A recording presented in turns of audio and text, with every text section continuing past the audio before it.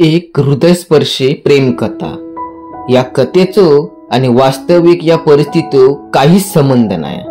ही एक कथा केवळ मनोरंजनासाठी केलेली असा आणि जर काही योगायोग सापडलो तर तो निव्वळ योगायोग समजाव। एका गावात एक समीर नावाचा मुलगो आपल्या मोठ्या कुटुंबासोबत राहत होतो। कुटुंबाचो लाडको आणि हुशार मुलगो होतो। अभ्यासात सुद्धा हुशार आणि खेळात सुद्धा प्रवीण होतो। हळू समीर वयात येऊक लागलो होतो आणि म्हणतात ना 16 वर्ष धोक्याचा तसाच काहीतरी प्रकार घडलो। समीर हे उत्कृष्ट क्रिकेटर होतो आणि त्यांना अकॅडमी सुद्धा जॉईन केली होती। समीर सुंदर प्रकारची बॅटिंग करत असा, बॉलिंग करत असा दोन्ही प्रकारमध्ये तो प्रवीण होतो। बघता बघता समीर एका मुलीवर प्रेम करूक लागलो। त्याचं नाव होता कविता। त्याचा बेस्ट फ्रेंड होता आणि समीरच्या मनात मात्र प्रेमाची भावना निर्माण झाली होती। समीरने हळूहळू कविताक विचारूक सुरुवात केल्या, पण कविता बोलाक लागला, मी तर त्या अर्थान तुका कधी बघितलंच नाही। हळूहळू शाळा संपली, कॉलेज सुरू झाला। समीरचा मात्र प्रेम तसाच होता। समीर एकतर्फी प्रेम करत होतो। बघता बघता समीरचा सुद्धा 12वीचा कॉलेज संपला। त्याचा संपर्क आता होत नव्हतो। समीर मात्र त्याची वाट बघत होतो। 12वी झाली आणि समीर मुंबई गेलो। मुंबई 13वी 14वी 15वीचा त्याने 13वीचा ऍडमिशन केल्या। काही कालावधीत कविता सुद्धा मुंबई गेला। हळू त्याचा संपर्क समीर सोबत होऊक लागलो होतो। समीर आणि कविताचा बोलणं आता चालू झाला होता। गाठी भेटी सुद्धा होत होते। बघता बघता त्यांच्या मैत्रीतला एका प्रेमात रूपांतर झाला। सुखाचे दिवस आता समीरला येले असे समीरला वाटत होते। बघता बघता त्यांच्या प्रेमात 2 वर्ष झाली। त्यांचे गाठी भेटी आता पहिल्यापेक्षा जास्त होऊक लागले होते। बघता बघता समीर जॉबला जाऊक लागलो आणि कविता सुद्धा जॉबला जाऊक लागली होती। पण म्हणतात ना ह्या जगात खऱ्या प्रेमात काहीच किंमत नाही। तसाच काहीतरी समीरच्या जीवनात झाला होता आणि हळूहळू कविताचा एका दुसऱ्या मुलावर प्रेम होऊक लागला। त्या कविताचा वागणं समीरला आता खटकाक लागला होता, कारण कविता पहिल्यासारख्या आता राहुला नव्हता। कारण कविता आता समीरचे पहिल्यासारखे कॉल आणि भेटणं तर आता बंदच होऊक लागला होता। कविता मोबाईलवर फक्त बिझी असायचा आणि कॉल समीर चोयलो तर त्या कट करायचा। असेच थोडे दिवस जाऊक लागले होते। समीर मात्र डिप्रेशनचा शिकार झालो होतो आणि एक दिवस असं येलो, कविता आपल्या कामावरच्या लोकांसोबत पिक्चर बघूसाठी जात होता। हे समीरला समजला होता। समीरला पण ताच बोलला होता की आम्ही कामावरचे सगळेजण पिक्चरला जातो। पण समीरच्या मनात एक डाऊट होतो, कारण त्या कामावरचो पोरगो आणि कविता आता एकमेकाक वेळ देत होती, एकमेकाशी कॉन्टॅक्ट साधत होती आणि समीरला मात्र कविता दुरावा देत होती। समीर सोबत कविता खोटा बोलला होता आणि समीरच्या मनात हीच धाकधूक होती। आणि समीर स्टेशनला जाताच समयी ती दोघा जण म्हणजेच कविता आणि कविताचं तो कामावरचं पोरगो ही दोघा जण एकत्र एका दिसली। त्यावेळी समीरला खूप वाईट वाटला, म्हणजे तो एकदम धोका देण्यासारखाच झाला होता। ज्यावेळी खरी प्रेमाची बाजू इली त्यावेळी कवितान मात्र पाय पाठी केल्यान। त्या मुलग्यासोबत त्याने समीरला खोटा ठरवल्यान आणि समीरला बोलला, आजपासून तुझं आणि माझं काहीच संबंध नाही। त्यावेळी समीरची मात्र खूप बेकार हालत झाली होती। त्या आधी मात्र समीरला कवितान खूप वचना दिली होती आणि खूप स्वप्न पण बघितली होती, पण ती स्वप्न मात्र एका सेकंदात तुटली होती। कविता त्या दुसऱ्या मुलासोबत एकदम खुश होता, पण काय पुढे होत याची कविता कल्पना नव्हती। म्हणतात ना देव तारी ते का कोण मारी। त्या प्रेमात 1 वर्ष झाला। समीर मात्र त्या कविताच्या आठवणीत अजून झुरत होतो। एक दिवस कविता आपल्या नातेवाईकांजवळ गेला, तेव्हा ता लग्न समारंभात जात होता आपल्या पाहुण्यांसोबत। ज्या मुलाचा लग्न होता तो मुलगोच जो त्याच्यासाठी म्हणजेच समीरला त्यांनी सोडल्यान होता। ह्यो सगळो प्रकार कविता बघताक्षणी कविताक धक्को बसलो, कारण कसलोच हासबास नव्हतो. तो पोरगो तर कविता सोबत एकदम फ्रेंडली बोलत होतो, कवितावर तिचा प्रेम सुद्धा होता. मग असा अचानक कसा झाला? या सगळ्या प्रश्नांनी कविताक तर धक्कोच बसलो होतो. मागच्या सगळ्या प्रश्नांची उत्तरं शोधता शोधता एक दिवस कविता त्या धक्क्यातून बाहेर येईला. त्यावेळी ते का समीरच्या खऱ्या प्रेमाची जाणीव झाली होती. मात्र आता दिवस बदलले होते, पण कविताच्या मनात मात्र समीर विषयीचे विषय आता ताजे झाले होते. समीर सोबत घालवलेले क्षण, भेटी गाठी आता कविताक मात्र डोळ्यासमोर दिसत होते. पण आता ती वेळ गेली होती. कविताच्या या हट्टापायी आता समीरचो आणि कविताचो ह्यो ब्रेकअप 2 वर्षापूर्वीच झालो होतो.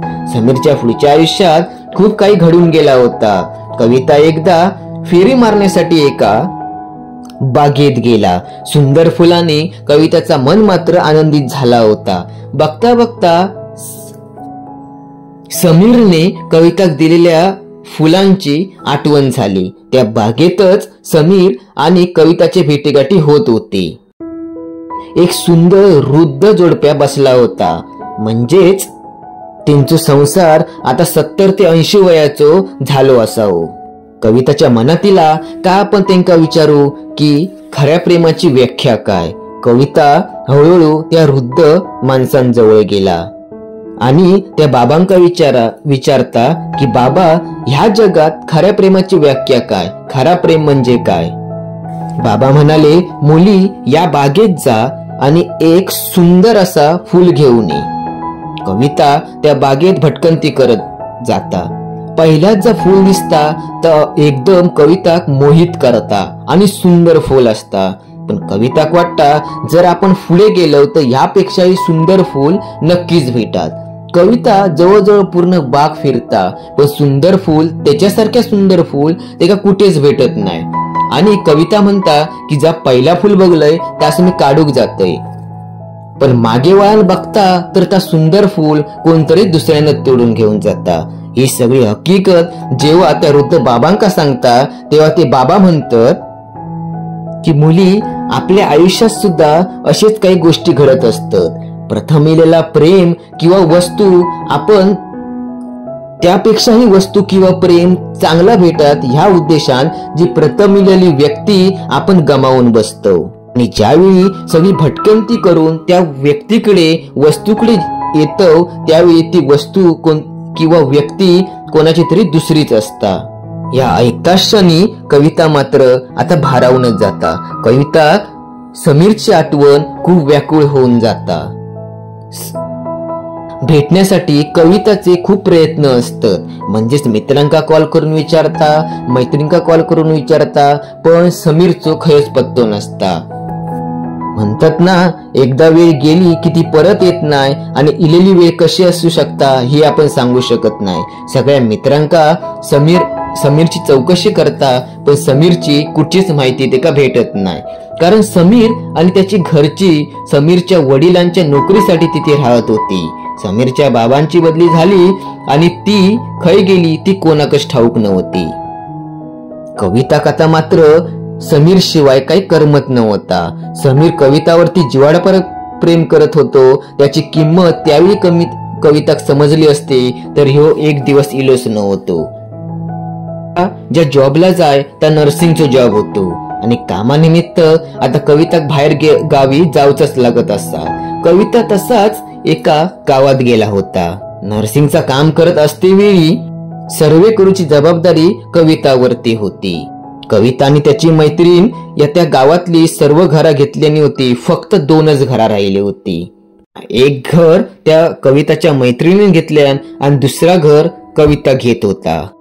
तेवढ्यातच कविता एका घरात सर्वे करूसाठी दाराची बेल मारता तसा समीरची आई दार उघडता आणि कविता बघता तर काय दारासमोर भिंतीवर समीरचो हार घातलेलो फोटो. त्यावेळी कविता काय सुधरत नव्हता. नेमक्या झाला तरी काय. कविताचा आता रडणा सुरू झाला होता. कारण फोटोवरचा हार बघून कविताच्या मनात विचित्र प्रश्नांनी घोळ घातलो होतो.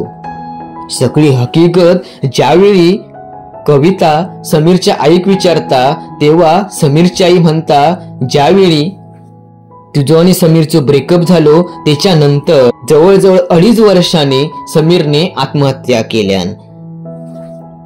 कारण समीर एका मुलीवरती प्रेम करत होतो आणि समीरच्या आईक मात्र माहिती नव्हता की तीच मुलगी जी आता माझ्या दारासमोर हा कविता. या सगळ्या ऐकता क्षणी कविता मात्र भारावून गेला. पायाखालची जमीन सरकणे काय असता ह्या त्यावेळी कविताक समजला होता. मित्रांनो, जर समीरची खरी जर प्रेमाची किंमत कविताक समजली असती तर आता कविता आणि समीर एकत्र असली असती.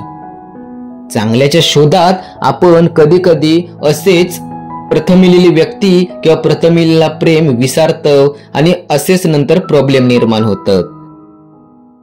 प्रेमाच्या युद्धात मात्र कविताची हार झाली आणि समीरला आपले जीव गमवावे लागलो. आजकालच्या या धावत्या जिंदगीत अशा प्रकारचे खूप प्रकार घडत राहतात. ही कथा फक्त कविता आणि समीरची नाया तर समाजात अशी खूप प्रकरणं घडत असतात. त्यामुळे आयुष्याच्या या वळणावरती आपण चांगली माणसं ओळखूक शिकूक हव्या आणि योग्य निर्णय घेणं मात्र खूपच गरजेचं हा. मित्रांनो, ही कथा फक्त केवळ मनोरंजन आणि सामाजिक संदेशासाठी बनवलेली असा. कथेतील पात्रा म्हणजेच कविता आणि समीर याचो आता वास्तविक संबंध काहीच नाही आणि तसंच जर सापडलो तर निव्वळ योगायोग समजावं. धन्यवाद.